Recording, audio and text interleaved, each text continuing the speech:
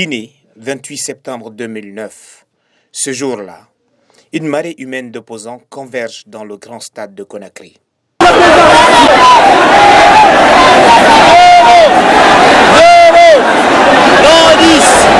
Ils réclament le départ du président du CNDD, Moussa Dadis Camara, auteur du putsch après la mort de Lansana Conté.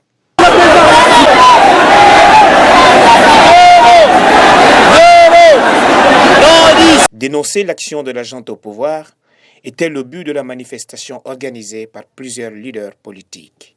Parmi eux, Cellou Dalein Diallo de l'UFDG, Mokhtar Diallo du NFD, Feu Jean-Marie Doré de l'UPG et Sidia Touré de l'UFR.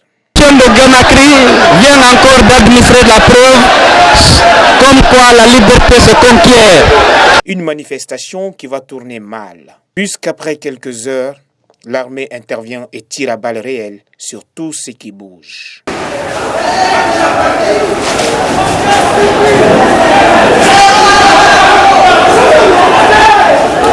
Bilan, 63 morts selon la justice guinéenne au minimum, 156 selon l'ONU. Plusieurs femmes violées et qui sait combien de disparus.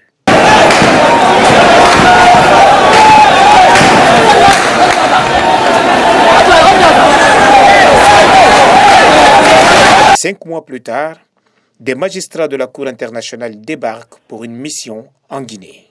Une mission dirigée par la numéro 2 de la Cour, la procureure gambienne Fatou Bensouda.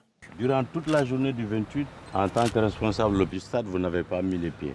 On a dit que les militaires sont arrivés, sont en train de tirer. On ne va pas venir contre moi. Ouais. On ne va pas venir.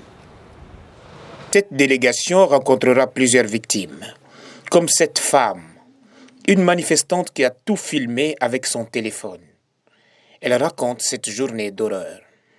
Tout ça, c'est du sang, mon Dieu. Elle filme les victimes blessées, qui quittent le stade, mais aussi les femmes violées, abusées en public. Elle est sous le choc, elle ne peut même pas parler. Mais il faut voir, elle est déshabillée. Oui, il y a un truc qui est en bonne paix dedans. Elle était au stade. Elle était au stade. Bâtonnée, elle est rentrée dans notre cour là, nue. Et c'est vous qui l'avez accueillie. Hein? C'est indescriptible ce que j'ai vu. Voilà.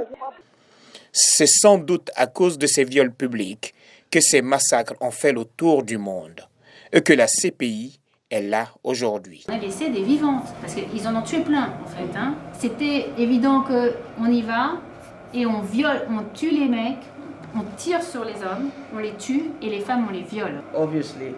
Il paraît évident que ce que vous êtes en train de nous décrire est une attaque dirigée contre des populations civiles. À l'état-major de l'armée guinéenne, on joue l'apaisement et dit être surpris de ce qui se dit dans les médias. L'armée guinéenne a intervenu sur beaucoup de théâtres opérationnels. On a géré la guerre civile au Libéria, en Sierra Leone. Aucun cas de viol de la part d'un soldat n'a été rapporté à notre niveau. J'entends toujours à la télé et à la radio qu'il y a eu des viols tel nom. Donc moi-même j'étais vraiment... Quant aux soldats impliqués, c'est des bérets rouges indisciplinés. Quitter les camps alors que des ordres étaient donnés de rester dans les camps. Vous comprenez?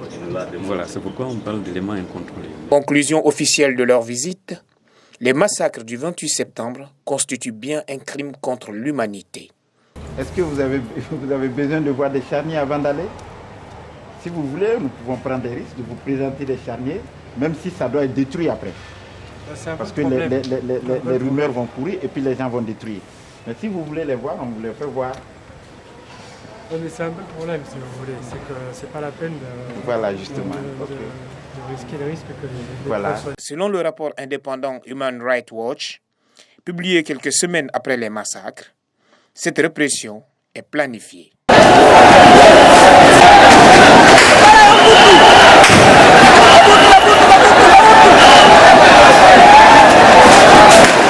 Dans une déclaration officielle le 27 septembre 2019, l'ancien Premier ministre Ibrahima Kassori Fofana avait promis, je cite, « Tous les auteurs des injustices commises à l'occasion de ces événements tragiques du 28 septembre seront jugés et les victimes indemnisées à la hauteur des préjudices qui leur a été causés. Fin de citation. Du 28 septembre 2009 à ce jour, aucun procès n'est encore ouvert. 12 ans que les victimes et leurs proches demandent réparation et justice. Avec l'arrivée du CNRD à la tête du pays, un espoir est permis.